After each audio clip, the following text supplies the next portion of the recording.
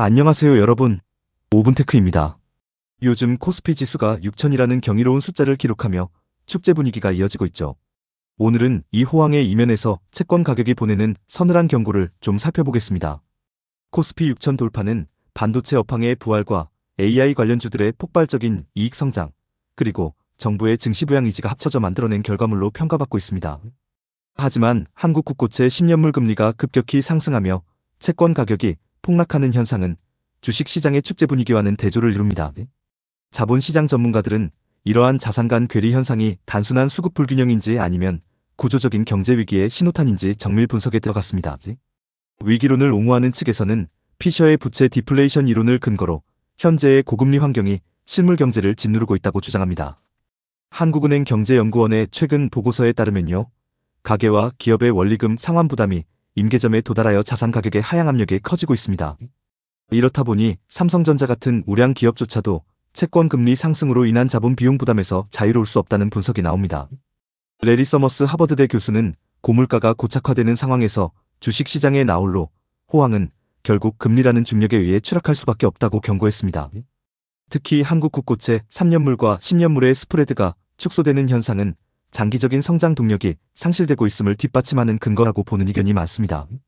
정치권 일각에서는 정부의 과도한 증시 부양책이 채권 시장의 자금을 흡수하여 실물 경제의 돈 가뭄을 초래했다는 지적도 제기됩니다. 반면 위기설을 비판하는 측은 현재의 채권 가격 하락이 경기 침체가 아닌 강력한 경기 확장을 반영하는 신호라고 반박합니다.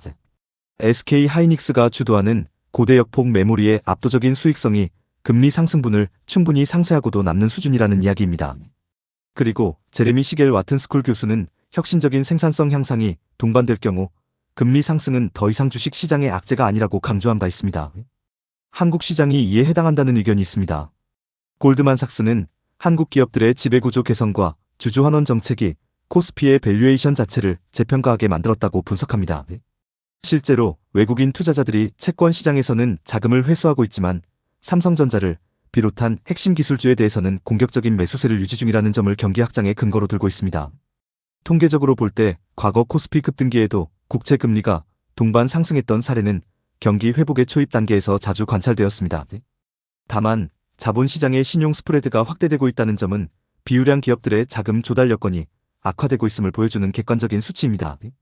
모건 스탠리는 현재 한국 증시의 변동성 지수가 낮게 유지되는 것과 달리 채권 변동성 지수는 급등하고 있다는 점에 주의해야 한다고 조언합니다. 이러한 현상은 시장 참여자들이 주식시장의 이익 성장세보다는 한국 시장이 갖는 인플레이션과 통화 정책의 불확실성을 더 두려워하고 있다는 증거로 볼 수 있다는 분석입니다. 하워드 막스 오크트리 캐피털 회장은 강세장의 마지막 단계는 언제나 낙관론이 논리를 압도하며 채권 시장의 경고를 무시할 때 나타난다고 말한 바 있죠. 채권 금리가 보여주는 미래가 그리 낙관적이지 않아 보입니다. 금융감독원의 데이터에 따르면 한계 기업들의 이자, 보상 배율이 1 미만으로 떨어진 비율이 최근 1년 사이 급격히 증가한 것으로 나타났습니다. 이건 채권 회수에 대한 불안감, 즉 경기가 더 나빠질 것이라는 불안감이 작용해 나타난 현상입니다. 결국 코스피 6천의 안착 여부는 채권 시장이 가리키는 유동성 경색 위험을 우리 경제가 어떻게 흡수하느냐에 달려 있습니다.